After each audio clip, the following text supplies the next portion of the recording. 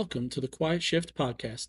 The views, thoughts, and opinions expressed by guests on this podcast are solely their own and do not necessarily reflect or represent those of the hosts, production team, or 502 Media, LLC.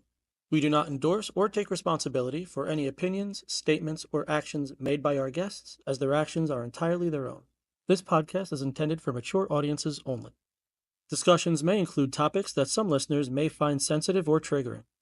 Viewer and listener discretion is advised.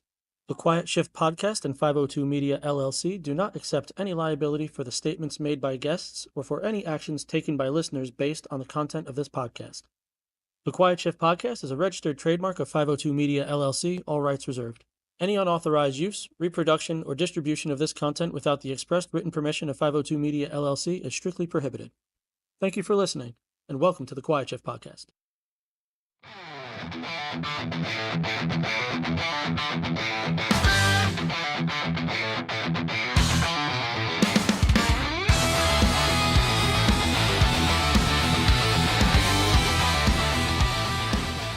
What's going on, everybody? Welcome to the Quiet Shift Podcast. My name is Anthony, content creator, badge 502. And guys, do I have a fun show for you today? Now, listen, I don't make any hesitation in talking about that. I'm a little bit of a watch guy, all right? I'm a little bit of a watch guy. I like a little something on my wrist, all right? Everything from your Rolex to your rubber band straps, all right? Everything from your Omegas to, oh my God, what is that, all right?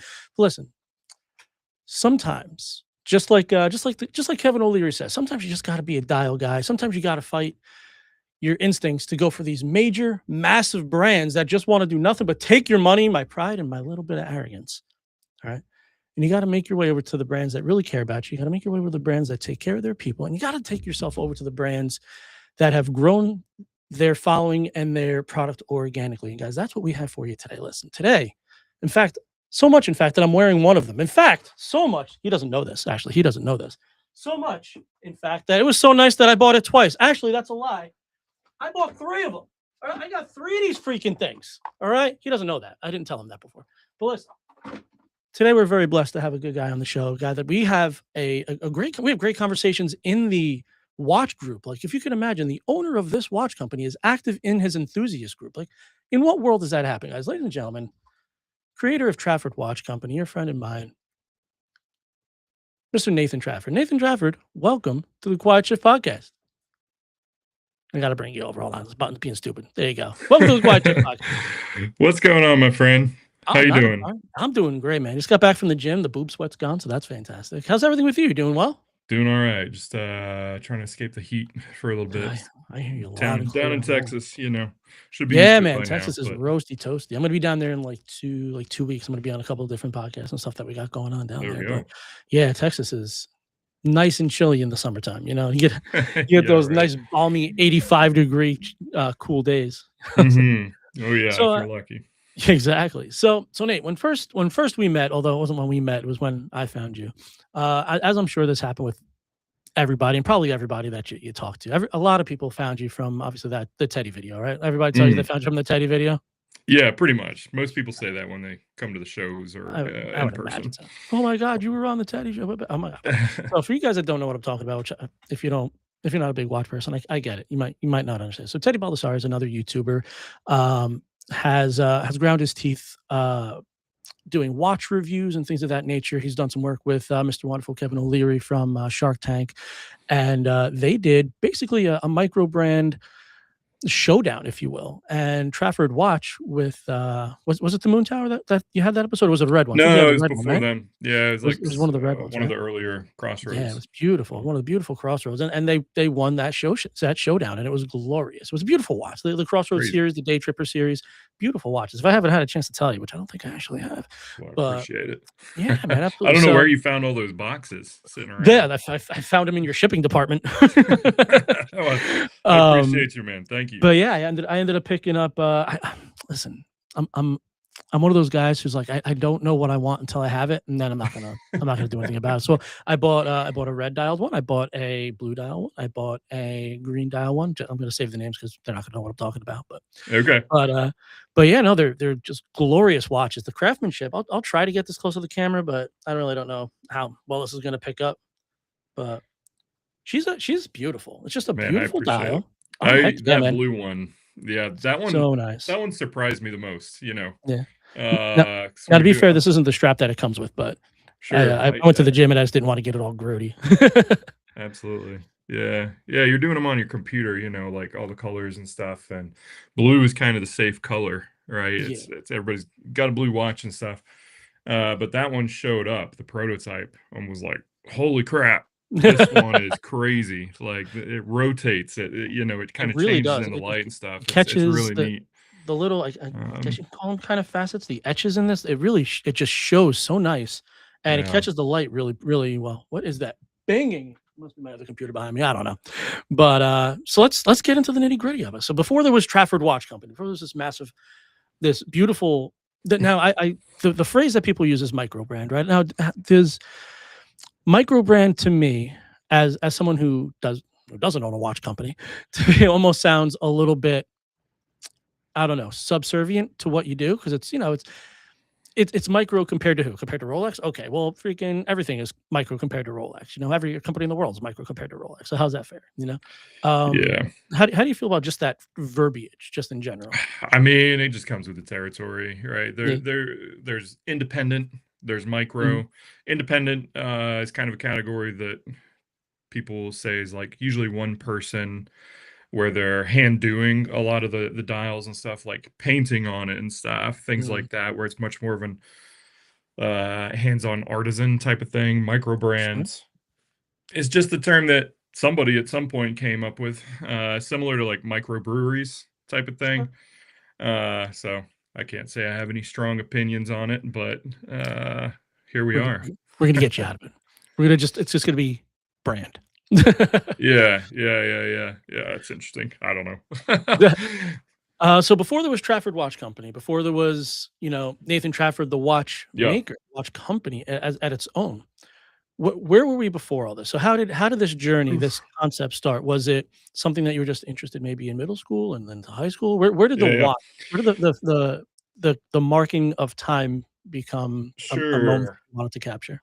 Well, I grew up in the fine arts. Okay. I was, big into the drawing, painting, photography, all of that.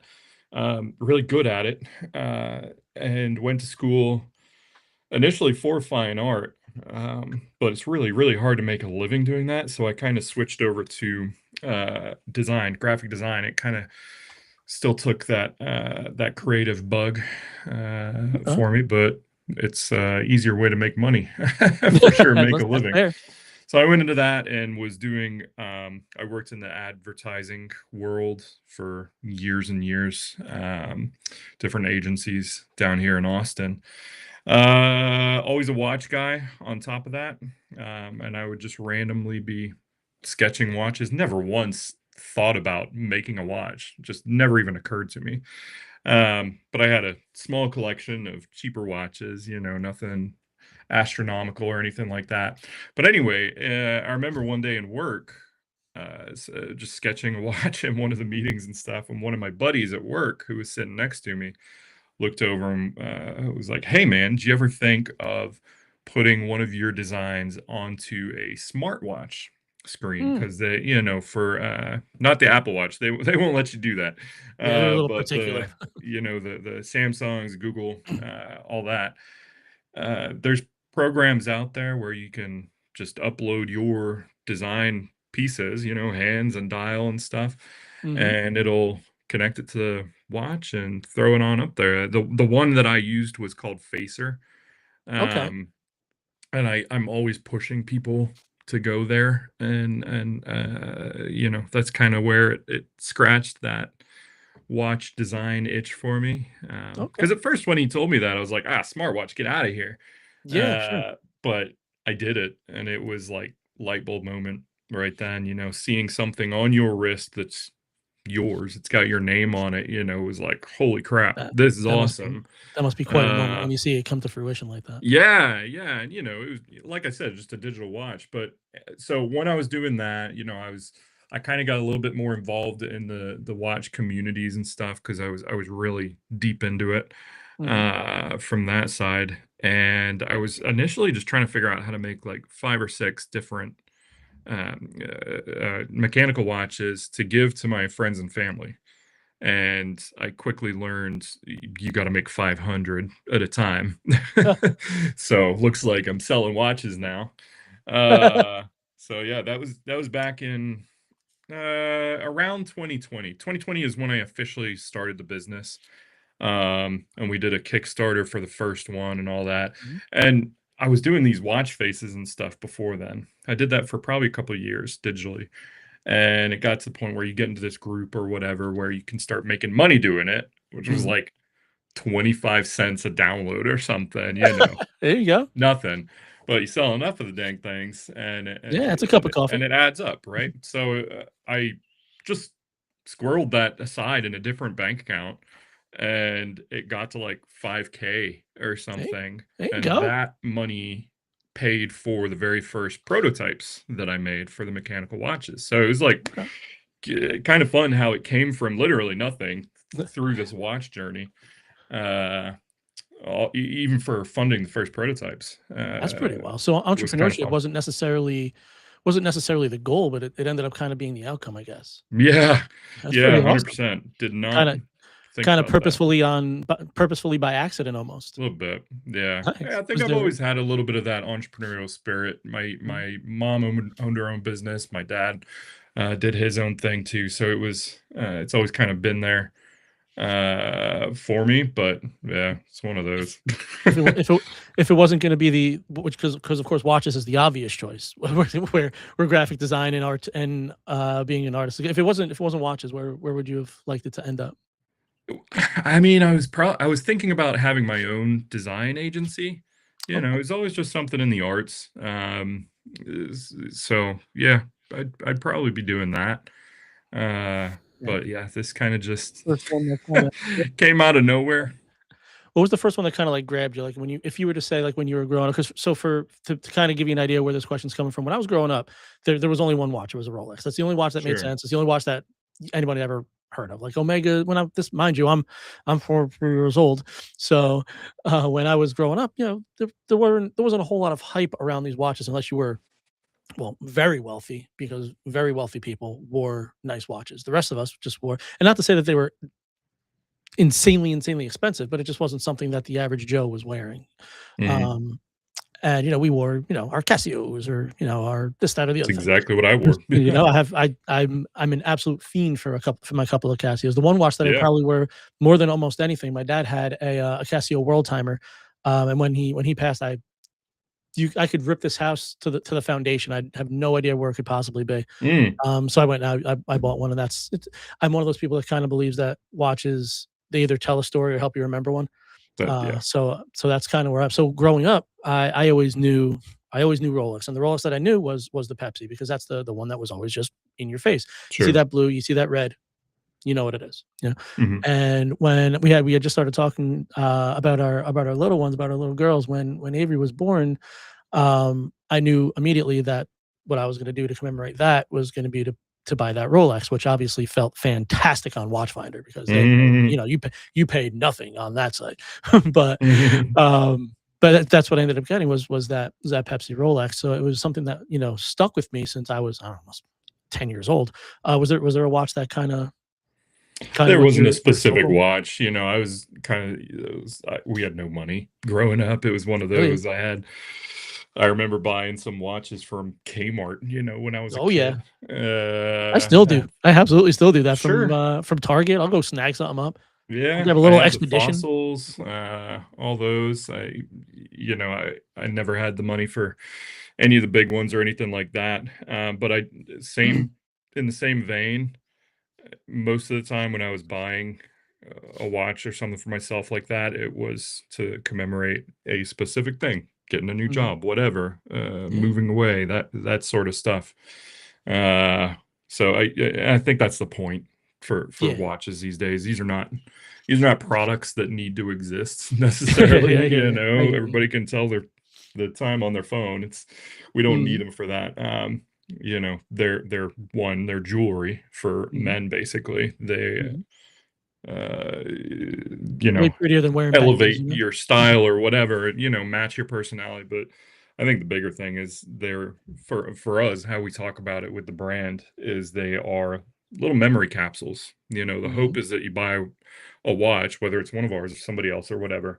The best ones for me are the ones where they're attached to a memory, Mhm. uh, that every time you look at that watch, you remember why you got it, Yep. who got it for you, or Yeah. anything like that. I'll tell you a funny thing that's happened, actually, over the last 4 or 5 years is, you know, every morning, most of us, if you're a watch collector with a good amount of watches, whether they're automatic or manual or whatever, you're going to be winding your watch in the morning because you're changing your watch.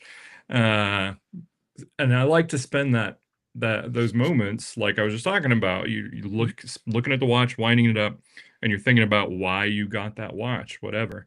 Mhm. Um, these days, it's a little different now because I don't buy watches for myself anymore. I just got my own. I wear my own I every was gonna ask day. you that, yeah. That's your Um, go-to? Yours is your own? You wear the name of the T-shirt or the band you're going to see? yeah, you kind of have to. And I like the things, so there's that side of it. But the interesting thing that's happened with that is, being on this side of the curtain, I have heard so many different stories from customers and other people for reasons that they've bought a watch, whether Mhm. it was for buying a watch for their dad who was like Mhm. just beat cancer or something like that, or they had a daughter or whatever. There's so many Mhm. different reasons that I've heard for specific watches that I've made, and Mhm. so one of the fun things that I have in the morning, obviously, I've got my big drawer of different Trafford watches. I just kind of grab one every day. It's a fun thing to pick one up, start winding it, and think, "Wow, yeah, this I did one, this. so and so bought this watch to commemorate this event in their life. That's super cool." Yeah. So it's like not necessarily attached to my memories anymore. It's attached to other people's, which is kind of fun. I love that. Uh, And to be fair, and I think I mentioned this to you in the in our conversation over in Messenger.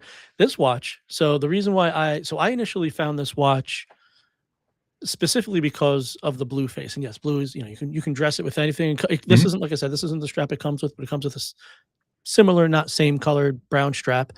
And the reason why I bought that specifically, why this one was to commemorate 1 million on Facebook. And I was like, blue watch, blue, blue icon. It all made sense to me. There you go. And the same idea, when I wind this bad boy up, I can sit there and be like, this is something that we did, that the community got together and we knocked that out. And, we were able to make a nice donation when we did that. I told everybody I was gonna make a big donation when we did that. Did that to the food pantry. And it's just one of those things where, you can look down on it. It's like, you know what?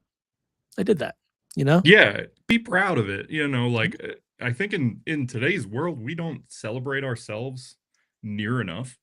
There's a weird stigma around it, like, shouldn't do that. And yeah, to a certain degree, like, Yeah, you don't but want to walk around waving the Trafford flag, down the hallway, yeah, but but we have one life.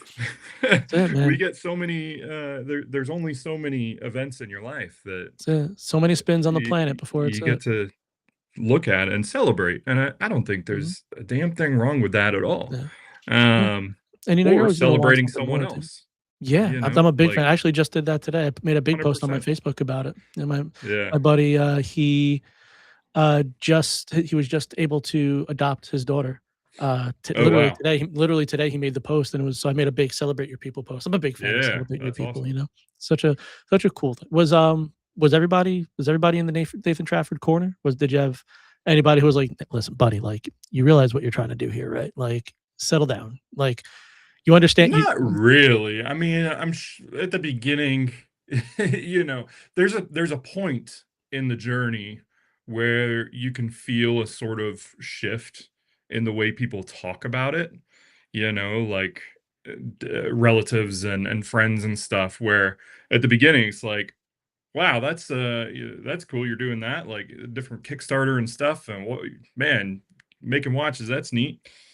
And then at some point, it kind of shifts where it's obvious that you're seeing success, and a lot of that was around that Teddy and Kevin video time where it's like, oh, damn, this is real. Like this, it's not just a little side project or something. now. It's this is real and legit. Uh, and yeah, so there's definitely a shift like that. Can't hear you. Stupid Mike. You just see me do that 35 times. Anytime I touch this thing, it's like, oh, he must not want me to talk. I get it. So that must have been quite an experience. So the way I zoom it into my brain is obviously this watch had to make it to them. So you obviously knew before that show that Sure. you were going to be on that because obviously the watch had to go there. So what was that journey? We'll get back to the early stage first, but It was this is a huge part. So like I assume they had to contact you or you Yeah, it was contacted them organic, or man, and that's Mhm. my favorite part about it, is my buddy, Devin, penny packer. Okay, back up a little bit. This guy bought a watch from me on Kickstarter, one of the Crossroads, I'm kind and of there, Nate. You're kind of breaking in and out there. There we oh go. no, Kind of you coming too. back now. We good? Uh-oh. Can you hear I'm me? hearing you, but you're kind of bopping in. There he Oh no. is. I'm gonna trust the Okay. process now. There we go. So yeah, start that over. So We'll edit that part out. Ready, take. all right. So that was a really cool part about it was how it was organic for me because there was a guy who bought a watch from me on Kickstarter, one of the very early ones, and I didn't know the guy, but I would chat with him on Instagram every once in a while, just in Messenger. Again, not knowing who he was, just he bought a watch and we chatted about watches and stuff. It's cool, no big deal. Uh, and then randomly one day he messaged me as he would and said, "Hey, do you want to be in a video?" I'm like, "What? Who are you? What do you mean?" And it turns out he was the content producer for Teddy. Not a Again, bad I had problem to have. no idea. Yeah, I was like, "You tell me that earlier."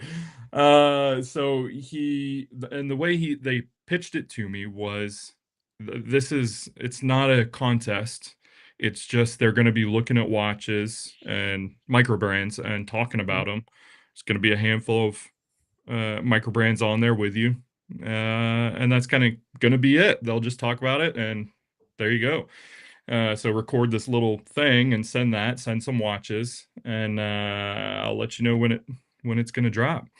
So I sent that thing. I sent them some watches, and it was months after they said it was initially gonna drop, and I never heard when it was gonna drop. So they certainly didn't tell me anything about the So outcome you of didn't this you didn't whole know thing.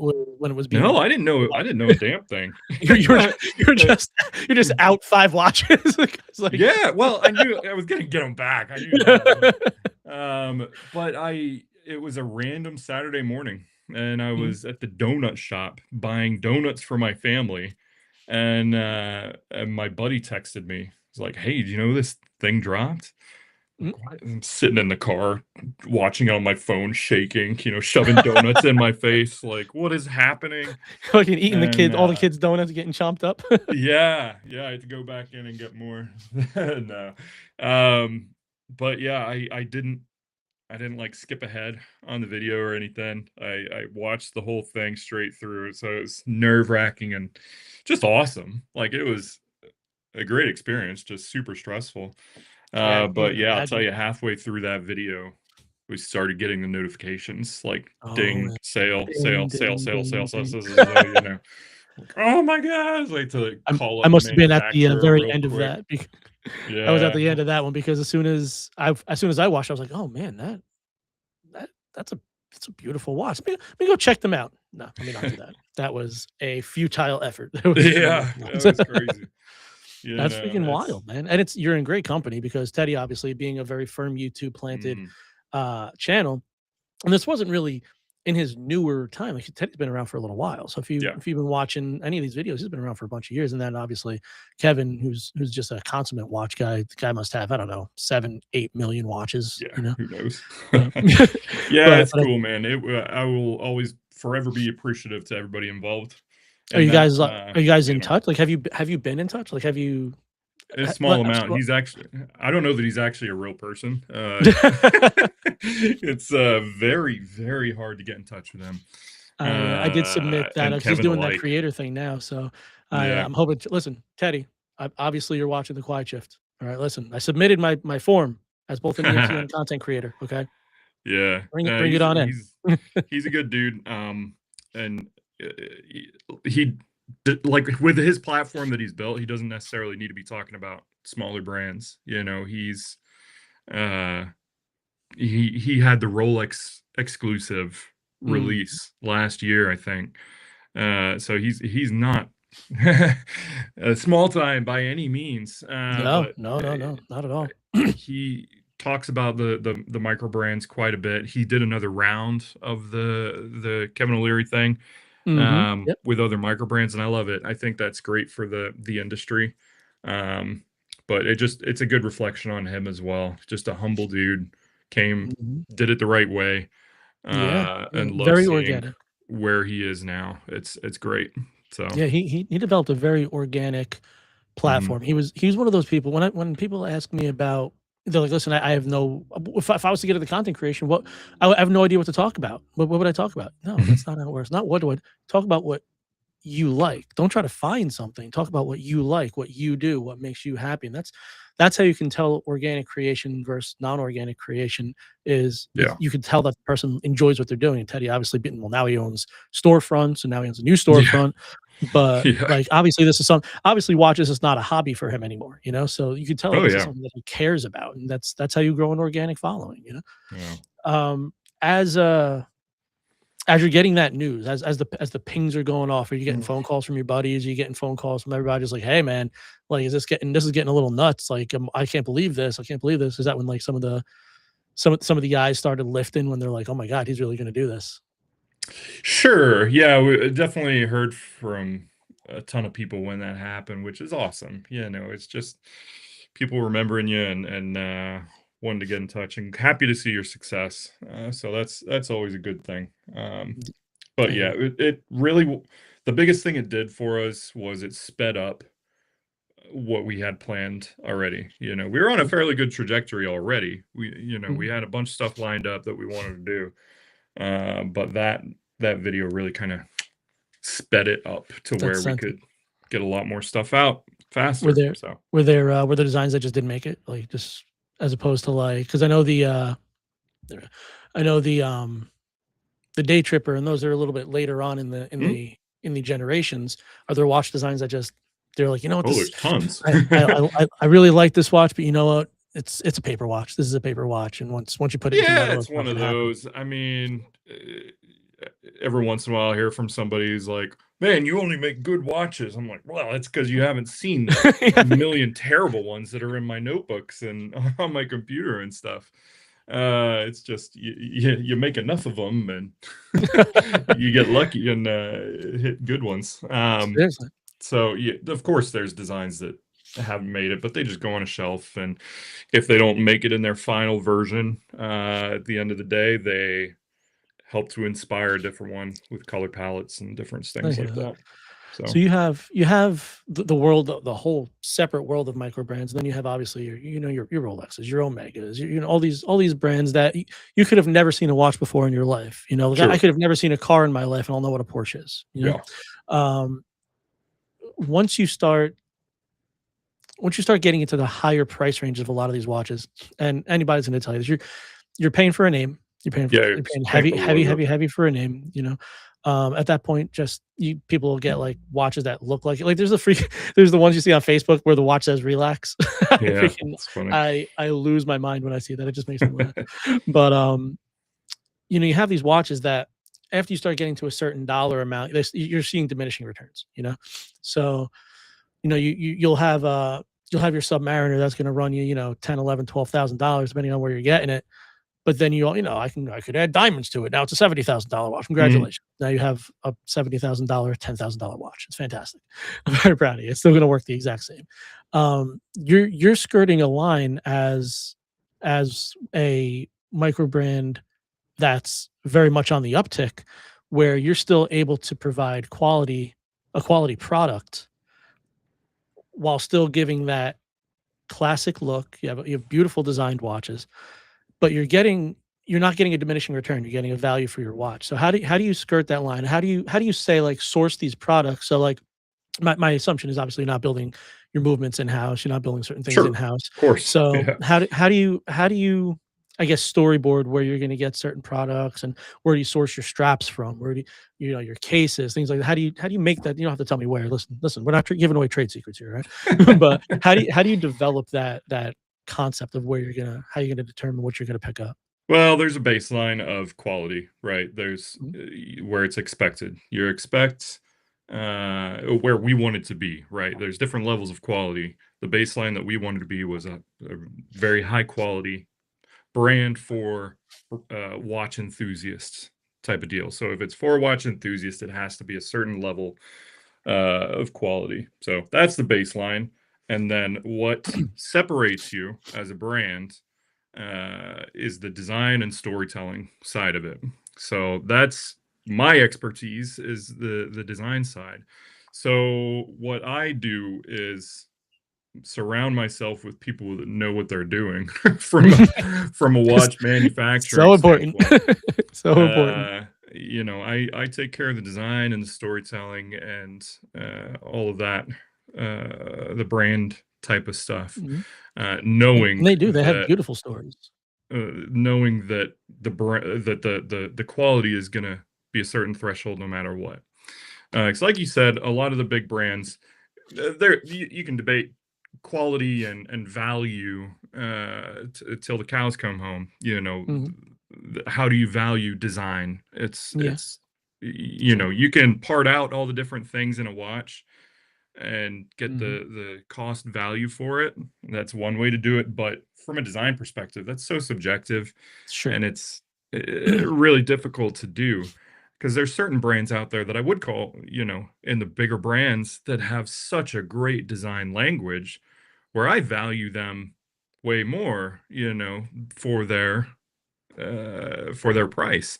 Um, but there are certainly brands out there where it's like looks like everything else, but it's priced that high. Mhm. It's all personal taste in that regard, I think. But I think where you can pull in the start to start to pull from that value a little bit as a brand if you've done it for long enough to where there's enough brand equity in your brand. Sure. You've made enough watches that you're putting out consistent work that's consistent quality, and a consistent brand language that people appreciate and latch onto and enjoy. Then you're able to pull from that a little bit more. And we don't like, my goal is not to you know, make as much money as possibly can, It was never the goal.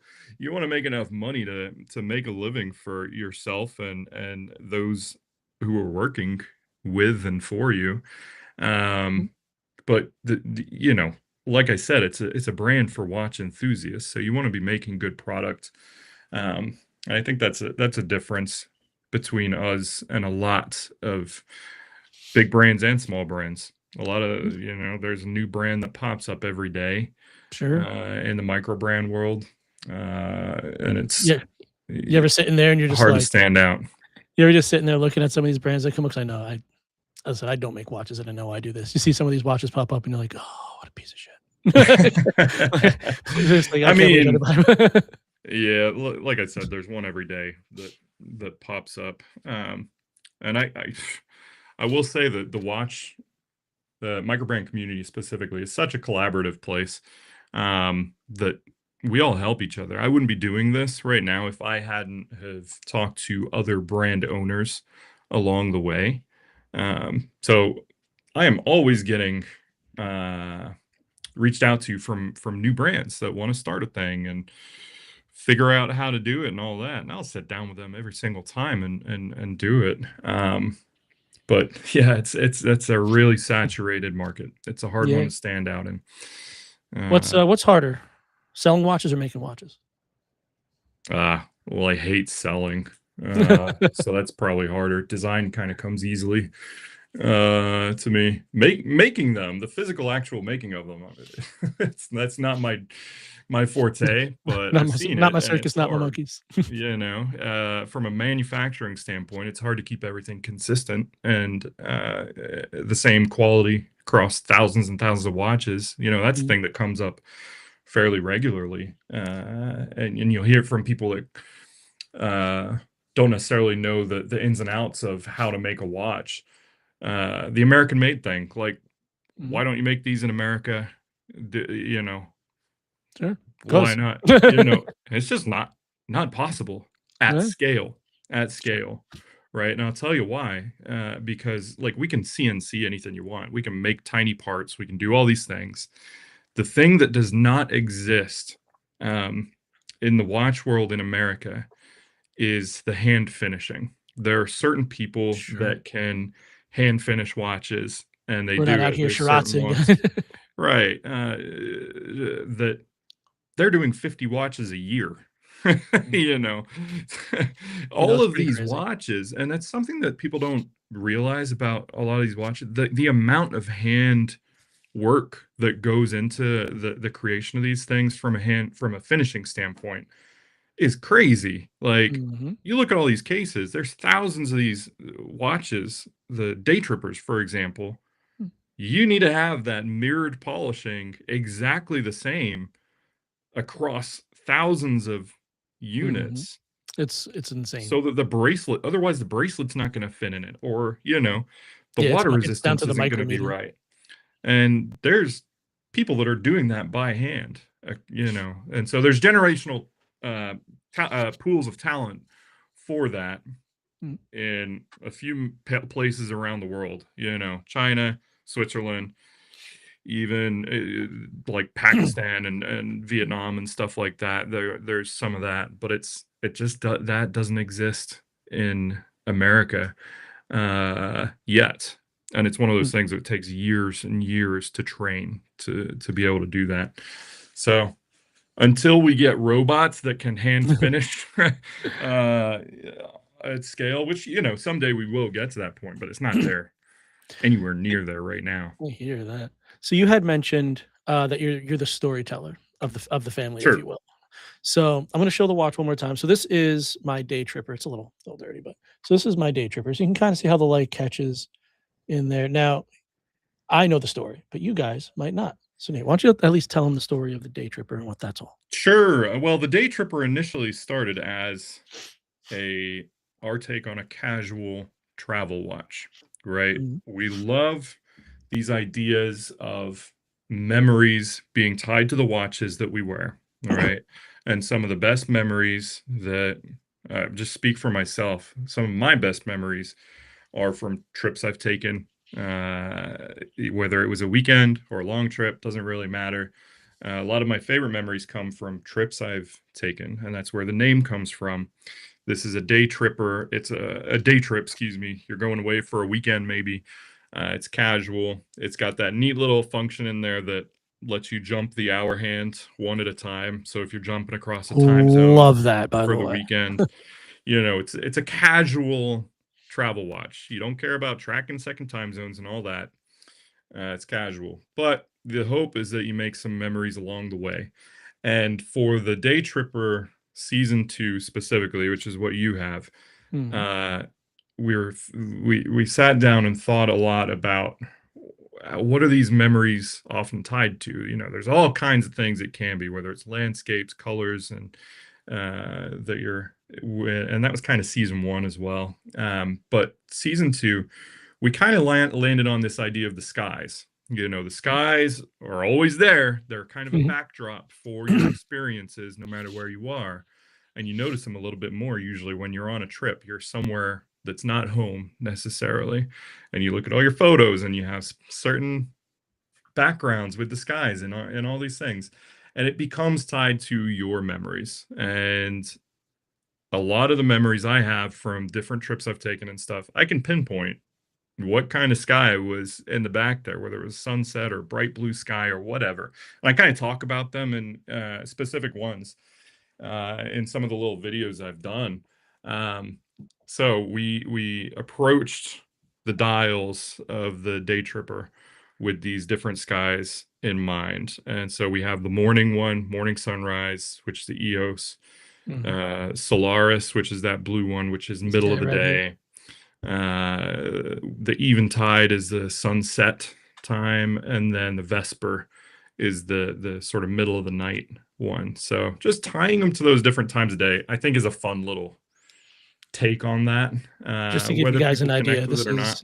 This is the red. I'll pull it up for you real quickity splickety. This is it in red. There we And this one go. down right there. Ooh, as she plummets out of the box, diminishing resale value. That's our red. And then, oh, if I can reach, short little arms. Go. And our green. Oh. And she's a beauty. The gradient on it is just so good. It's just so nice. It turned out really well. Yeah, initially the texture on there was something carried over from season 1 of the Day Trippers. And it was one of those. It was on the blue one, actually, where I had it turned off when that layer, when I was going through the colors and stuff. I turned it on kind of on accident, the sort of radial thing. I was like, oh, that looks, because it looks like radiating like sun rays coming out. It does. It has like a sunburst stuff. I was like, oh man, all right, we got to keep that. That works pretty well. So yeah, glad that happy accident happened. So now how scale wise for, you said this basically took off pretty much right in the beginning of COVID.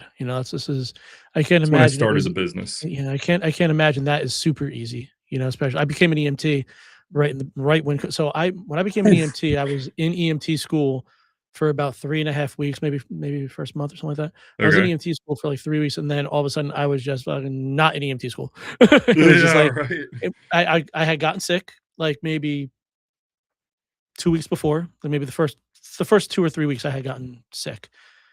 But I didn't have COVID. I just was sick because COVID didn't exist. It wasn't a thing. Yeah. So then I came back, and a couple other people got sick. People weren't feeling great. Whatever, we toughed it out. We're not going to miss EMT school. We paid for this, so yeah, my department paid for it, and so we're going. Whatever, it is what it is. And then a couple days later, they're like, "Well, that's done," and we went pretty much completely virtual. But you're starting up at the exact same time, so it's how do you go about navigating trying to grow something? Because now you're trying to grow. It's when you're in content creation, it's easy because everybody's parked on their ass and they have nothing else to do but stare at their phone. You're trying to build a product that now has to go out to people. How do you balance that? It was an interesting time back then at the beginning, especially. I mean, I can attribute COVID to actually helping me to start the thing as well, because I was working at an ad agency. I was a creative director, which is a busy job. You're doing a lot.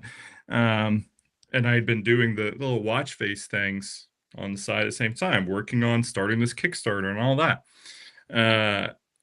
But COVID happened, and all of a sudden I got 2-ish hours back every day, not commuting to work.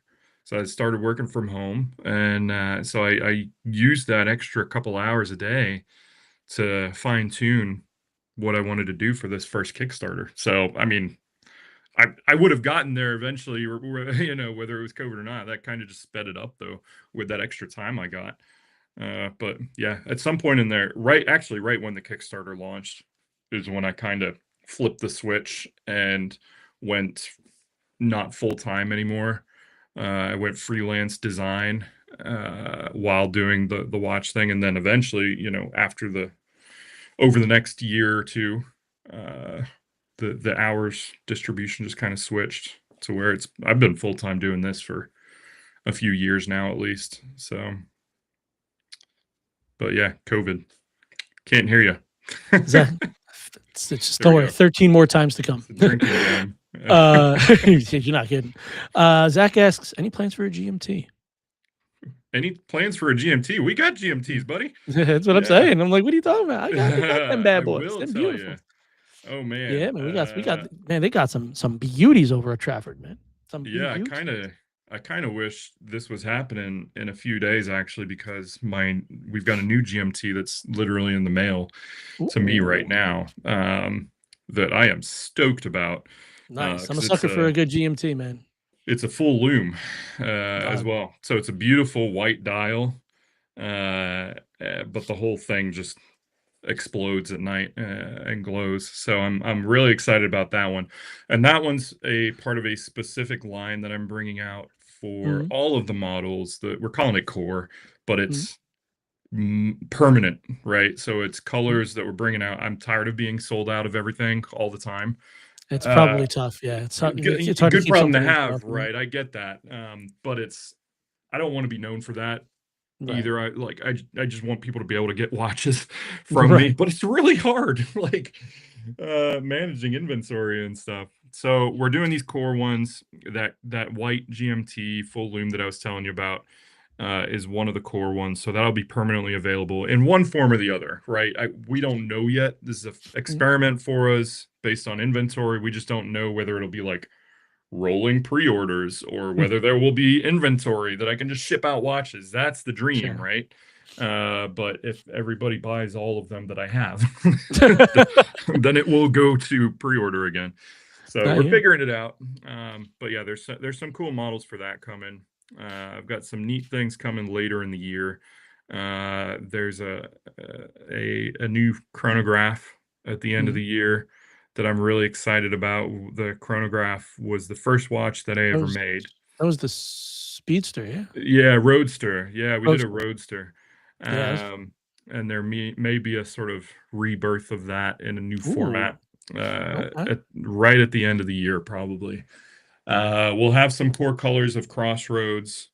We have a very cool special edition coming of one of the models. I'll not tell you which one, but it's a pretty cool special edition. Uh, so yeah, a lot of stuff going on, but I'm still trying to get my hands on a Moon Tower. Nobody's giving those bad boys up. It's so they're nice. hard to find. Yeah, yeah, That's a tough one, man. that So was a popular one. how about scaling? So you're in COVID, you're the proverbial, one guy in an Amazon garage, freaking just knocking stuff out as you go, doing everything that you're doing. Now, now you're starting to pick up some steam, especially after the Teddy episode, that Mhm. definitely put some teeth into the brand. How have we scaled the business? It's tricky, man. I'm not a business person at The all.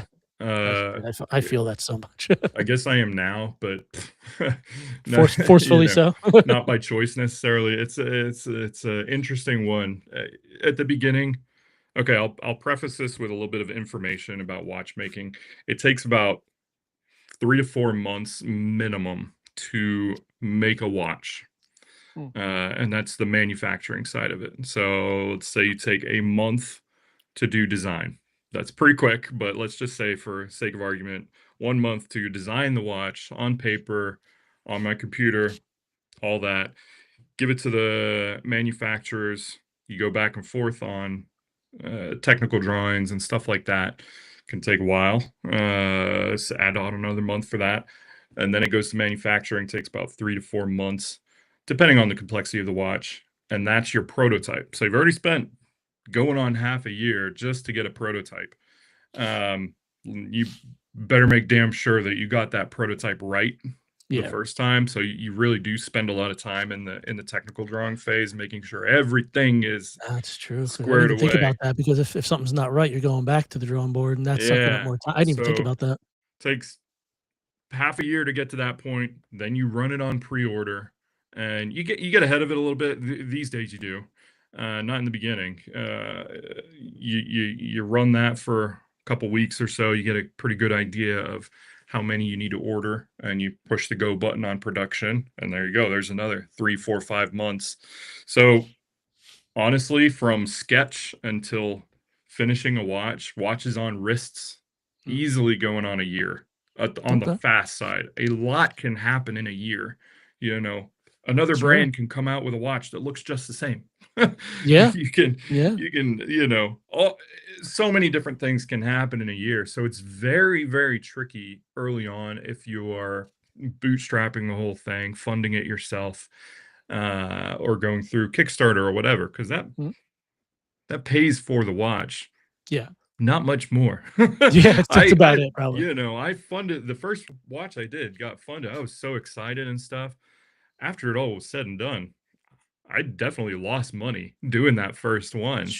Uh, but what you gain is a customer base, right? Yeah. And so that's the important thing. You For me at least, my approach to it was, yeah, you price them well, really well Mm, early on to where it was way too cheap actually, but you price them to in a way that's accessible to people so that you get brand loyalists, you get people that mm. want to support you, And boy, that you want have to it. be a part of that experience and stuff. And sure enough, every time you do a launch, you see them come back, and that's a big part of scaling, right? Growing for a company that in an industry where it takes so long to make a new watch, it's super important that you get those repeat people. So that's why it's still important to me to not be pricing these things astronomically high. I just can't.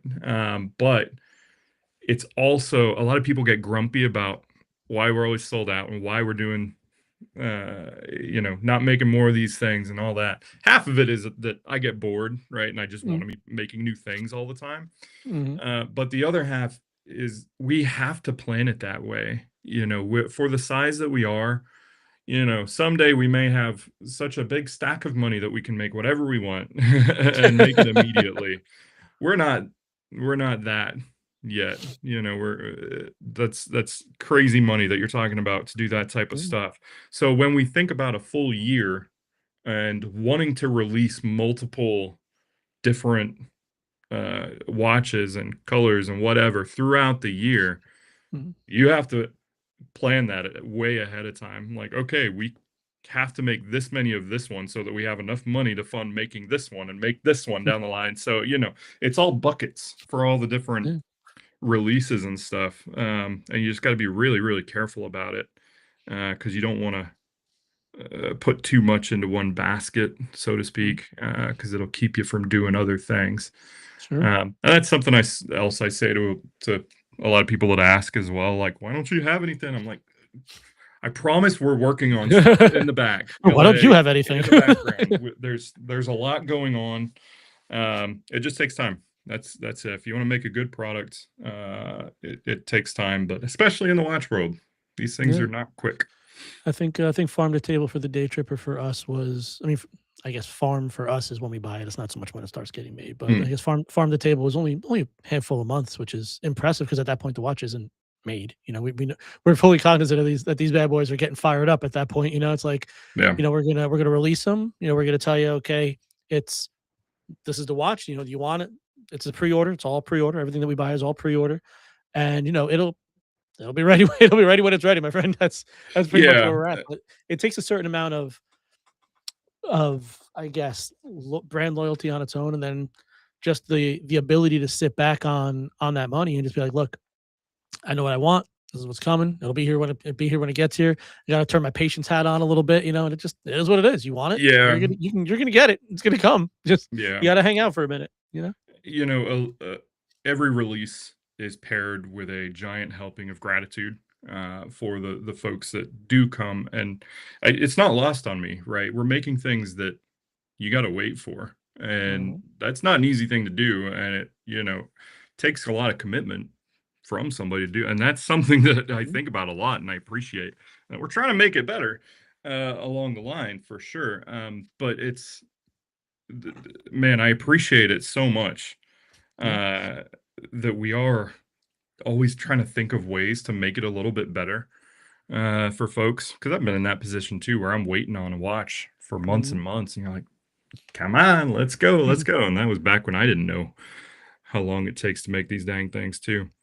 Um, but yeah, we're there's little tricks you can do along the way, like getting ahead on making the cases for the watches and stuff. That's the sure. slowest part of the process is Is it making the cases. okay? So you make those ahead of time. Dials are fairly fast to do. You can get those done in a month or two. Okay.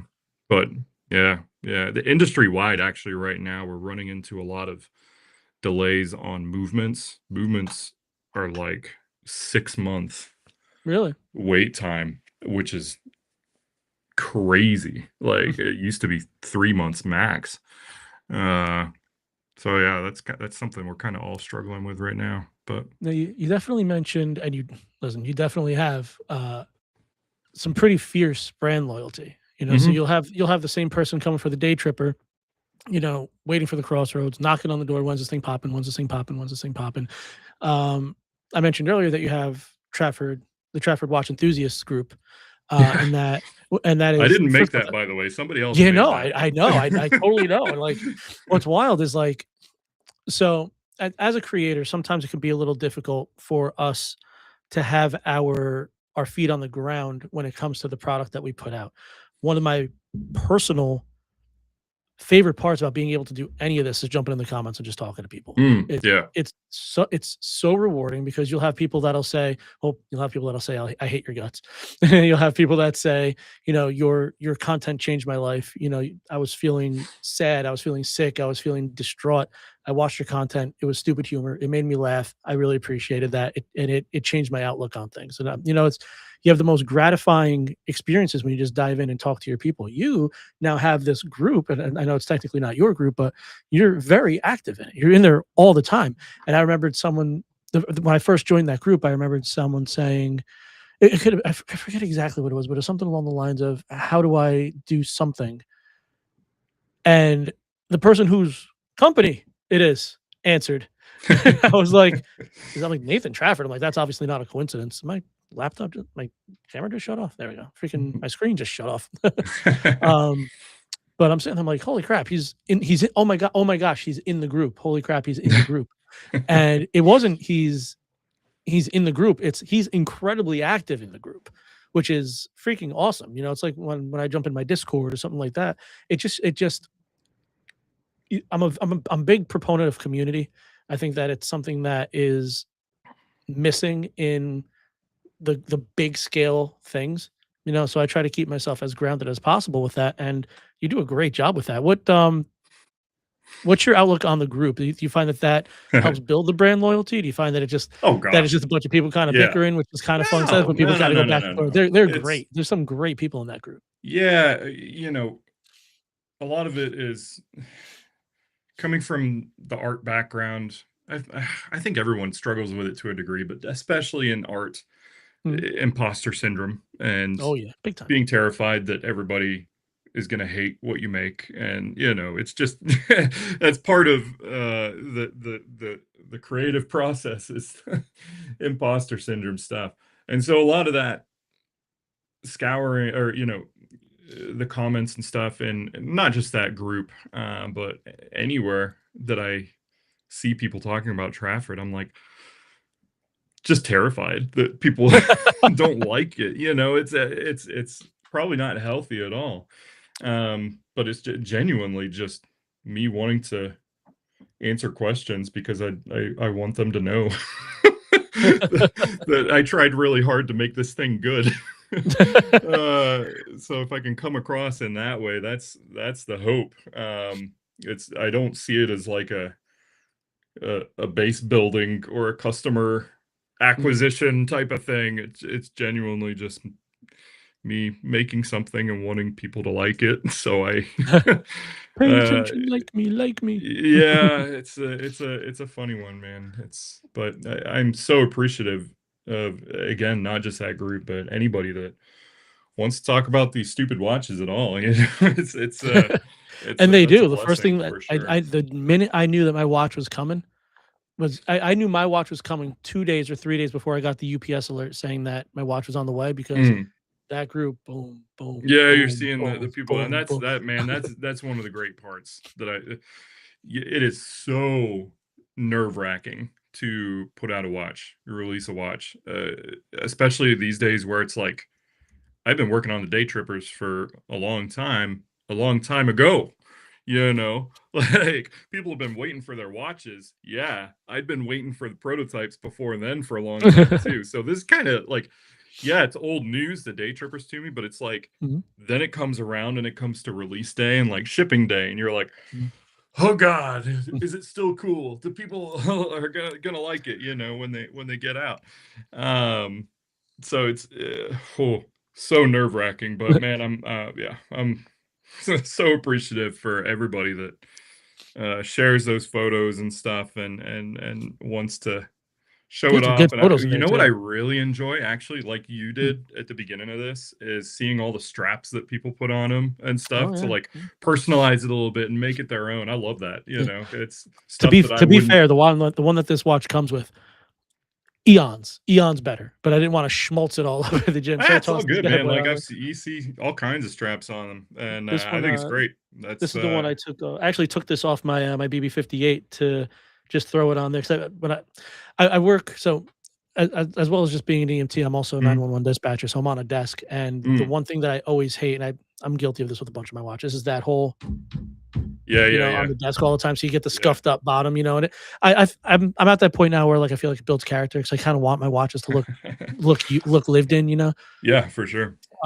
I don't that doesn't scare. Plus, if I ever cared that much, I can just get it polished and it'll be fine. Who cares? Stainless Yeah. steel. It's not gonna I'm get one of broken, those weirdos that takes off my watch Yeah, when yeah, I'm that's what I working. genuinely do. I do that a I get lot. a weird, like, it's the weights thing. Yeah. I don't know. It's just If a I'm having an exceptionally busy neurotic day, thing. like if for whatever reason the officers are pulling over everything with windshield wipers, I'm like, all right, I can't do this. I can't take this off because I'm constantly having my wrists by Yeah, the yeah, yeah. computer, and it drives me crazy.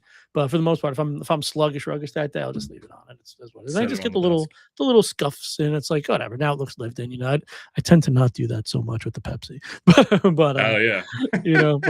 but that was another For one. Like good I really reason. want that to look lived in, but I'm tussling with that because I want that to go to Avery when she Yeah. gets of age of reason, and oh, Christopher Ernstis in the Oh, man. Totally froze.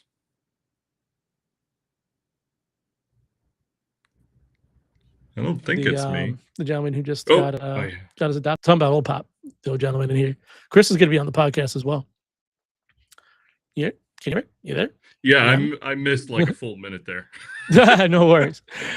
Christopher Ernstis is in the chat. That's the gentleman I told you about with the he just had the papers signed for his daughter. Oh, nice. Yes, he's in Congrats. the chat. What's up, Joe? What's up, my What a good big man? deal. He's I'm gonna drag him into the quiet shift one day as soon as he stops being so busy for me. He's a busy There guy. you He's all over the place. go. Um, what would you say is of everything that you just mentioned? What would you say is like the most rewarding part of this? Would you say it's like the finally when you start seeing everything start popping, that's when it's all coming to fruition, or is there something along the lines No, that's it's the little stories.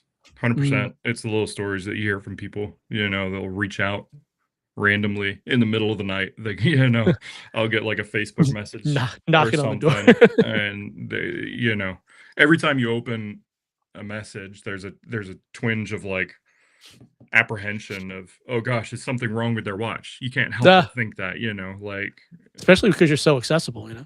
and well, but the best ones are the ones, yeah, like people just reach out for no reason other than to say, man, this watch like means a lot to me, for this personal reason. And that's when you get the satisfaction of like, all right, this is pretty cool. Like, pat on your back, good job. And you have a small part in somebody's life, which is just a cool thing. So That's awesome, man. And so we know what the most rewarding is. What's the most stressful part of this? money, uh, That's fair. It's a fair statement. logistics. You know how stressful it is having, thousands and thousands of dollars worth of watches shipping across the world to you, like Mhm. hoping they show up. Just Like, what if they don't? What happens? Is that something that's just insured, or is that how's that even work? What does to, what to even do at that point? to a certain degree, yeah. The bigger thing is time. Honestly, Mm. like I remember the first day trippers, all the watch heads showed up. Uh, but all of the straps got stuck in customs for nearly 2 months, and it's Oh like, no.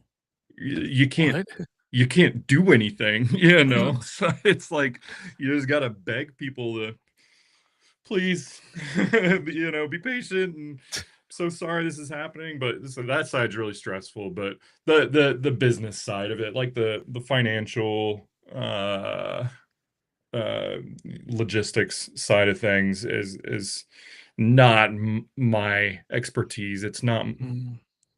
financial stuff has just always been a huge stressor in life in general, even when things are totally fine, It's just one of those things. So happy these days that I've got help in that regard for sure. Neil has come in from a business standpoint and has helped set the pillars in the right spots to make everything stand up and work right. All that takes some stress off my plate. And Brittany has come in and helped with all of the communication stuff. Most people that have reached out to us have talked to Brittany at some point, and she's great. And also taken a big chunk of time. I've gotten back a lot of time in that regard. So that's one of the main struggles these days is time. It's figuring out how to win back a little bit of time here and there, so that I can actually sit down and design. It seems like designing watches is actually like 10% of my job these days. So we're getting there though. Like we started doing fulfillment through a company out in Washington now that are watch people that they do it for multiple watch companies. So instead of shipping them out of my office, some of them still do if they need to be, but yeah, I was spending so much time packing boxes. Oh gosh. Which is cool, like it's cool from a customer standpoint to know that these have gone through the maker's hands and stuff, the final product. But it was really, really eating into the time to actual creative process, doing the actual design work.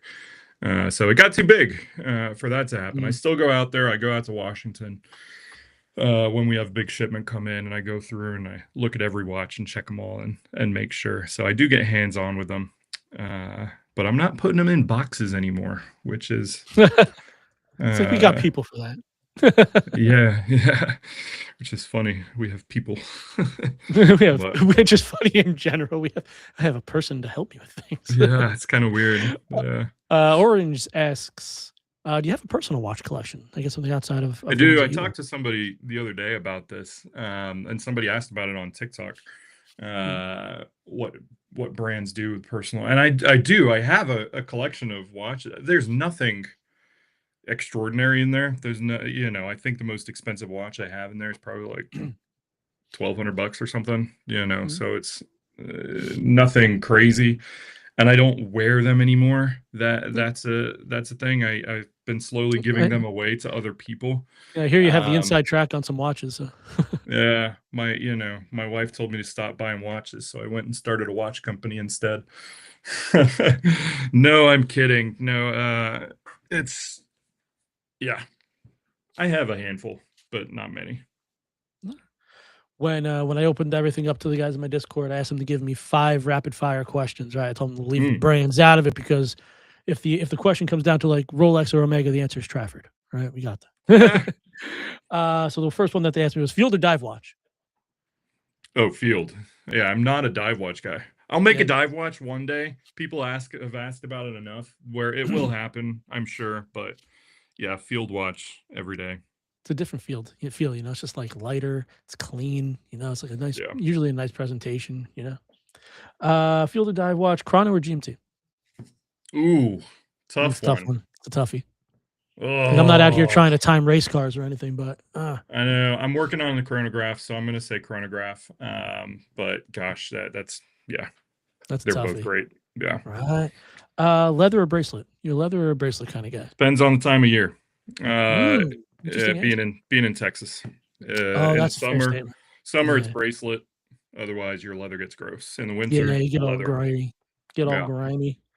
You a vintage watch guy or a modern watch kind of guy? I do love a good vintage watch. Most of my personal collection is more modern stuff, but I do have an affinity for vintage. And I'll also say part of that conversation of do you have your own collection and do you buy watches anymore?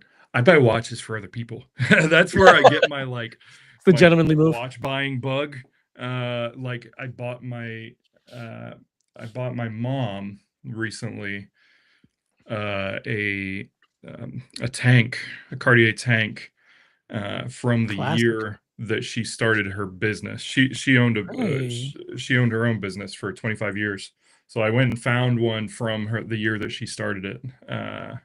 So that was I really enjoy buying watches. I just don't buy them for myself. Is there Is there a dream watch? Is there like a dream watch that you Dream ever want? watch. Is it like a dream watch? Huh. A dream. This is not one of the 5, but is there like a Yeah. dream one day when I make my second $1 trillion, Yeah. I'm gonna pick that? Man, there's some beautiful watches out there. There's one guy. I don't remember what brand he worked at, but he left and does his own thing now. But he owns a brand called Vandergang Okay. out in Switzerland, I believe. And it's they're just awesome. I really they're like these big pilot watches, and Okay. I just think they're so cool. But he does them all, like hand does a lot of the stuff on them. I love So that. I love that so much. The last one that they fired at me, actually, the person spammed this in the comments. all right. They like to an extent where I was going to block them out of my Discord. What's your guilty pleasure outside of watches? What does Nathan Mm. do when he's not watching, if you will? Cameras. Ooh, good. I one of my majors in college was cameras. Which cameras? It was not cameras. It was photography. I, But I just yeah. found an old Minolta here. Oh, really? Oh Yeah, man, I'll that's grab it. cool. Let's Yeah, see I'm big here. in the. We'll wait for you to come back. I can hear you loud and clear. Yeah, I just found this bad boy. Boink. There we go. Yeah, it's so cool, man. Yeah, I'm big in the Fuji Okay. family. Their glass is just so good. So I'm constantly looking at different lenses and stuff, and stuff that I'll probably never use, or maybe once or twice. And yeah, Yeah, so Fuji pro makes photography. I amazing am. glass, and Nikon makes some pretty amazing glass. Yeah, Freaking Leicas. Yeah, every year I have a show out in DC, District Time, okay. and there's a Leica. The first Leica store in America is out there in DC, and every year I go to that store and I'm like, this is gonna be the year where I buy the Leica. I never do, but one of these years I will. So there's that. I'm huge in soccer. Same. So that Same. that's a Played big my whole part of my life. life. What else? Got a bunch of Legos back here. Yeah, there's some Enjoy people doing mentioning it in the Legos. chat. They're like, I spy some Legos. Oh yeah, yeah. I got the T-Rex one up there, and I just started doing the Triceratops one. So I gotta finish that, and then I can put that one up there like they're fighting each other. So I approve. I approve that message. yeah. So then I had also asked if anybody had any advice type questions, right? So that was the other type of questions. Sure. So the ones that came in were minus the one that was awful. So this was actually for me. So personal opinion, I find you learn a lot more through failure than you do success. I've always been one to study everything that I've messed up and basically try not to make the same mistake twice. What's something that you've learned through this entire process? Well, Just the process is the just getting beat up all the time until something sticks, you know? yeah, being in the art field in general, for the last 25 years or something, Mhm. failure is part of the process. It's not a bad thing at all. People, I get asked a lot, hey, can you look at this watch? I'm wanting to start a watch company, this and that. Like I said, I look at it every time. Um, but I give the same advice to the vast majority of them is to, okay, take that design, go back, do it again 100 more times. And if there's not one that's better in that 100 times, then great. You got a winner. But more than likely, there's going to be, you're going to learn something along the way that makes it better. And I can look at that from a macro scale and a micro scale. Like Mhm. from a macro scale, my improvement over the last 25, 30 years of doing design work, Mhm. you can see the improvement Right. along the way from then until now. But on a micro scale, on a project by project basis, it's the same Mhm. thing. You don't fall in love with the first thing that you make Sure. for a design. You have to go through the process. And that's something I learned early on. You got to do the work. Like Sure. You just have to, or it's not gonna come out right. As far as specific failures, I've made just about every mistake you can make in the book.